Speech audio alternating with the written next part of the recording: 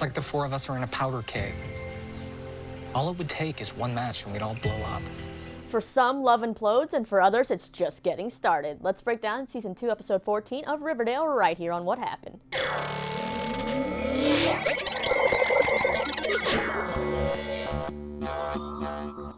Hey y'all, Lisa here, and at long last, it is time to go back to our favorite small town that everyone should actually move out of immediately. Riverdale. Yeah, the show is finally back with an episode called The Hills Have Eyes, which is obviously a nod to the classic horror movie, but this episode also gives some Last House on the Left vibes. I actually really liked this episode. It had a lot of drama, but also some breakthrough moments for some characters that have been really needing it, mainly Cheryl. So all of you that have been shipping Choni, your wish is finally coming true. Also, this might be the biggest ad for a movie I've ever seen integrated into a TV show. So Greg Berlanti, who is basically the Shonda Rhimes of the CW, who executive produces Riverdale and all the superhero shows, directs the new movie Love, Simon, which comes out later this month, and that movie got some major promo during this episode, including a pivotal scene with Jennifer Garner and Nick Robinson, which really speaks to Cheryl. Now, I actually have seen Love, Simon already, and I have to say that I really loved it, so I do recommend y'all seeing it on March 16th. Hashtag not sponsored. Alright, let's get this episode recap started. First up in the hot seat are Josie and Kevin. Kevin asks Moose if he's heard about this Love, Simon movie playing this weekend and he's gonna go, and Moose is like, oh yeah, Midge and I are planning on going.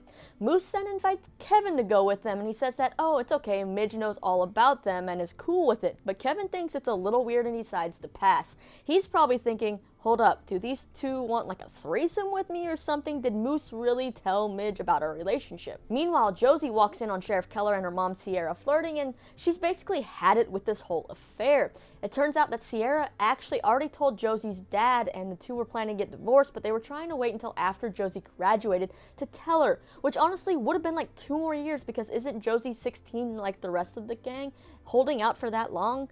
I don't know if Josie could have dealt with an affair for that long. It also turns out that Sheriff Keller is the one who hasn't told his wife or Kevin about what's going on, and Josie decides that she is over all of this and drops the bomb to Kevin, who then confronts his dad, and they end up basically not on speaking terms.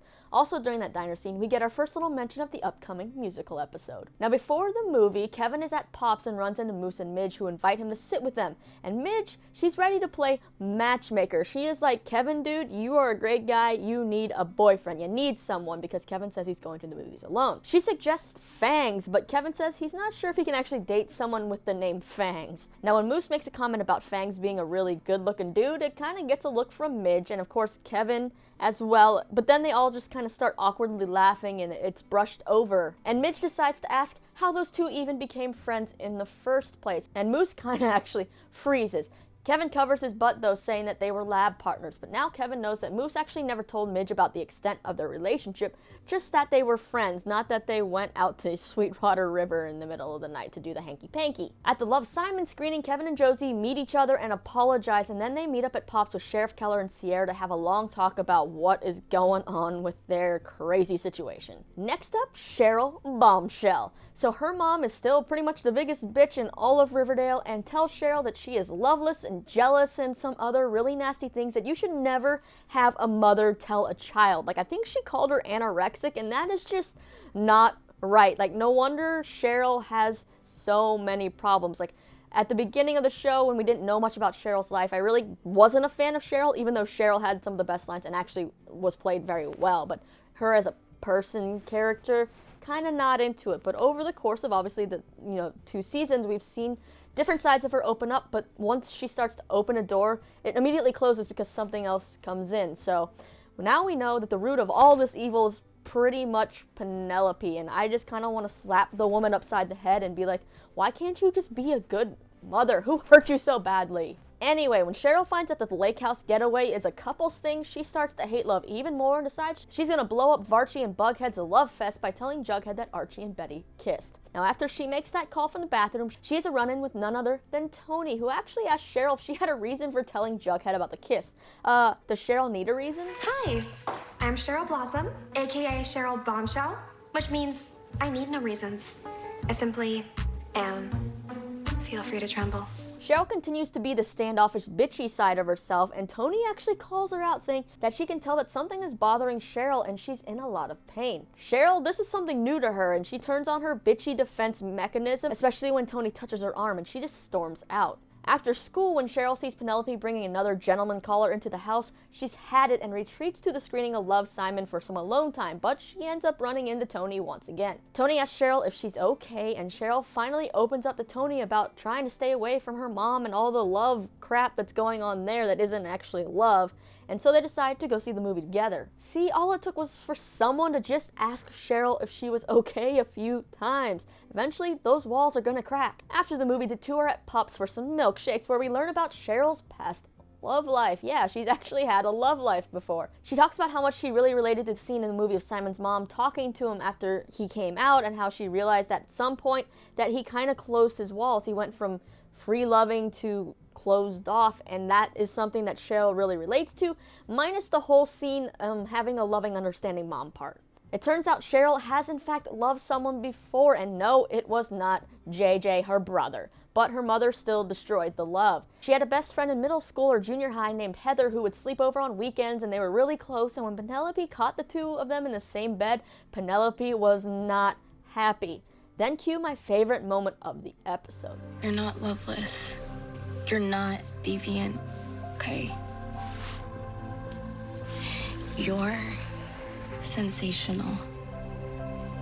And yes, my friends, Shoni is born, and I think we all kind of need a friend like Toni. I know y'all kind of hated her at the beginning just because they had her flirting with Jughead and all that, but we knew that that was not going to last. We all know that Toni is a bisexual character. They were going to have to do something with that, and I think it's kind of cool that they're pairing her with Cheryl, a character who really needs a good friend and also some love. At this point, though, it's more like Toni is really kind of being a friend to Cheryl. Now, we've seen Cheryl kind of have a little bit of that with Veronica in the first season, but it obviously didn't last. And while I do love seeing sassy, bitchy Cheryl, I like seeing this more vulnerable side of her. She's like Shrek in the sense that she has layers, and I'm glad that we're finally peeling back those layers of Cheryl Bombshell.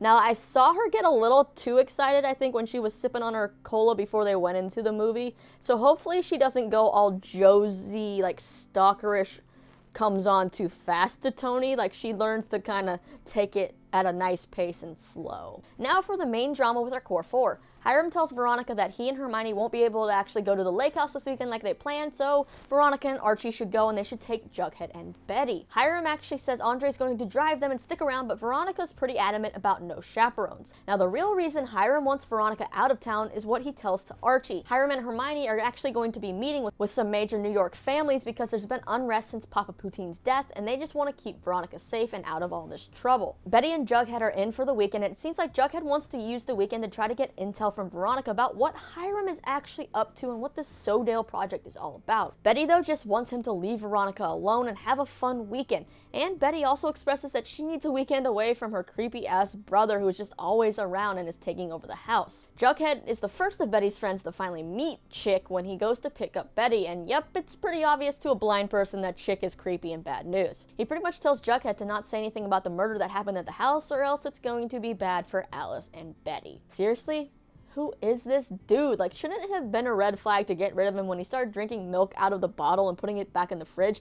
Like, of all liquids to share, you do not do that with milk. That is just disgusting. Anyway, Andre drops off the foursome and he tells Archie that he's only a phone call away. They're all hanging out when Cheryl, who is still pissed about it being a couple's weekend, calls Jughead to stir the pot by telling him about the Archie and Betty kiss. Archie and Veronica, though, they're okay with this news because Veronica already knew about the kiss and she says it made them stronger, and they start to, well, you know, and Betty and Jughead hear that squeaky bed from their own room. You'd think these rich people would afford beds that were a little more sturdy and didn't squeak, right? Now, Jughead, he's not exactly mad about the kiss, but he just wonders why Betty never came clean to him about it when he came clean about Toni. They discuss it even more, and Jughead basically says he's not intimidated by that kiss. The group then have some drinks, and Jughead starts to kind of grill Veronica for information, but Betty tries to stop him because he promised he wouldn't do that. Veronica thinks, though, that the two are still fighting over the kiss, so her solution is the hot tub, and now we all know that in any teen movie or show, the hot tub just ends up being bad news. To clear the air of this whole kiss situation, Veronica suggests that she and Jughead kiss,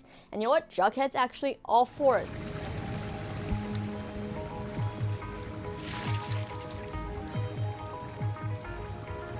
And it actually happens while Betty and Archie look on pretty upset, even though they say that they're fine.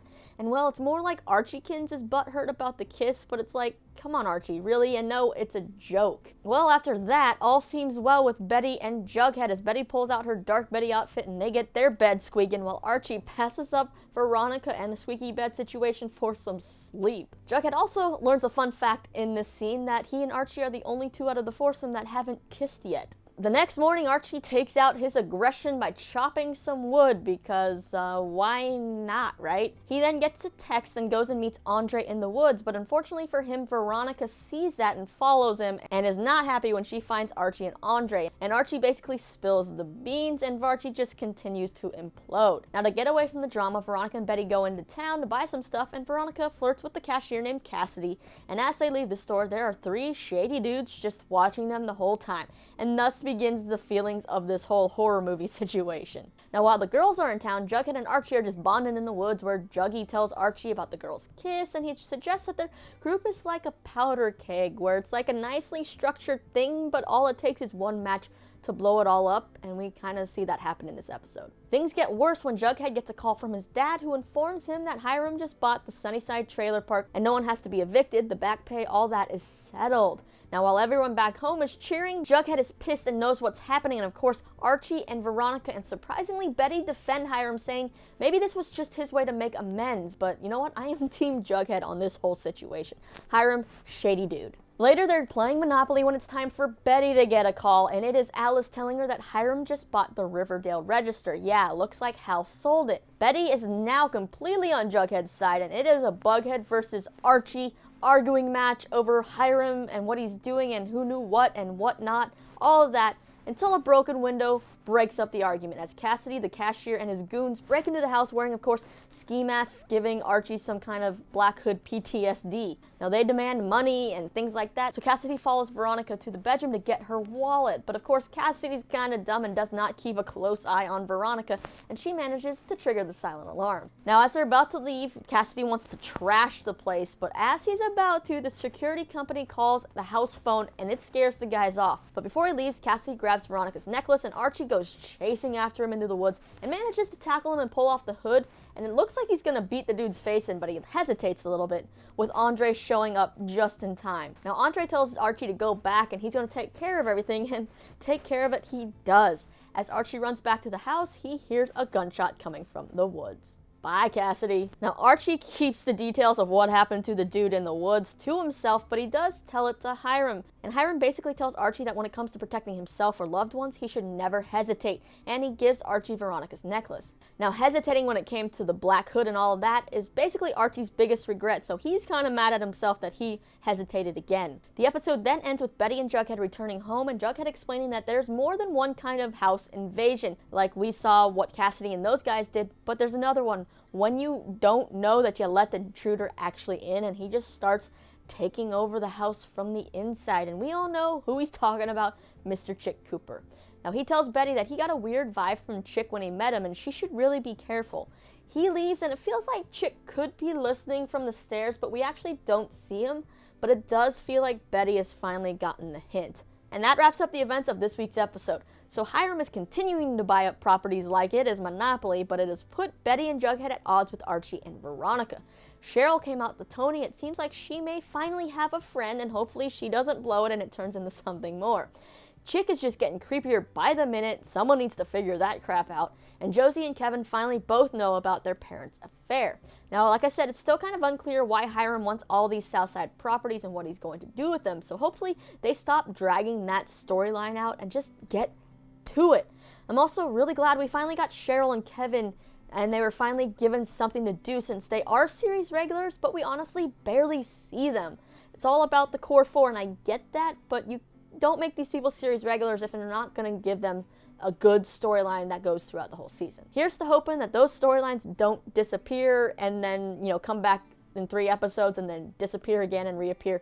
They just need to be steady, right? As far as my favorite performances, I gotta give a round of applause to Madeleine and Vanessa as Cheryl and Toni. Now, they both got to play their sassy sides and vulnerable sides, and I think it was just a nice arc to these two characters in this episode. And this storyline, I'm very excited to see it progress. The one storyline I wasn't too keen on was the whole Kevin, Josie, and the affair stuff.